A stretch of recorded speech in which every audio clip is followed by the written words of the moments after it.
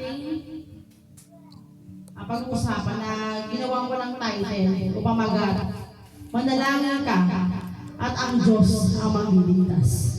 Amen. Niniwala ba tayo doon? Dapat lang tayo maniwala.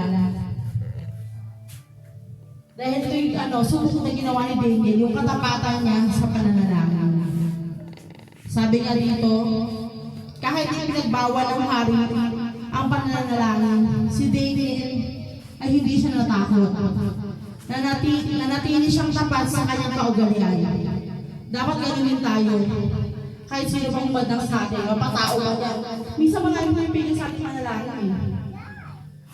Minsan yung tinatama ang sample natin, yung prayer break natin, natatamaan.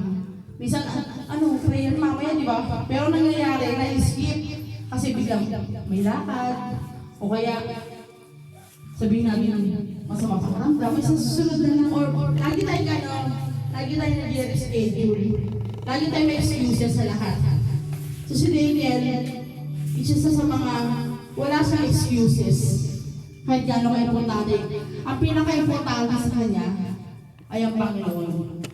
Kahit sino, hindi niya inaalingan, hindi niya pinapansin. Pero ang Panginoon lang lagi niya una sa buhay niya.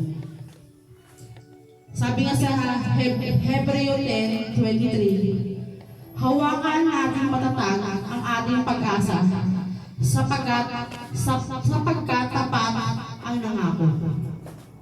Sabi, ang tunay ng pananampalataya ay hindi natitinag ng takot o sa pagbabawal ng tao.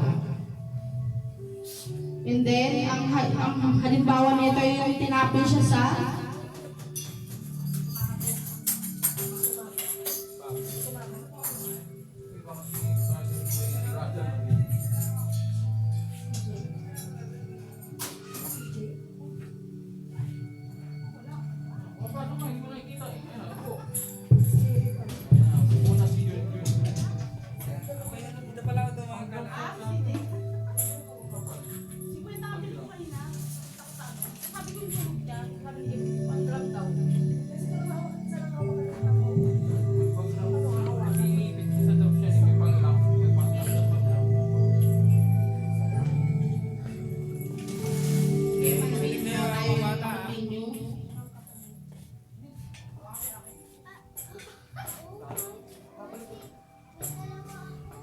doon tayo sa Yulib ng Leon, kung saan tinapon doon si Daniel. Dahil sa pamumuno ni Haring Dario, ipinagbawal ang panalangin ng Diyos. Pinagbawal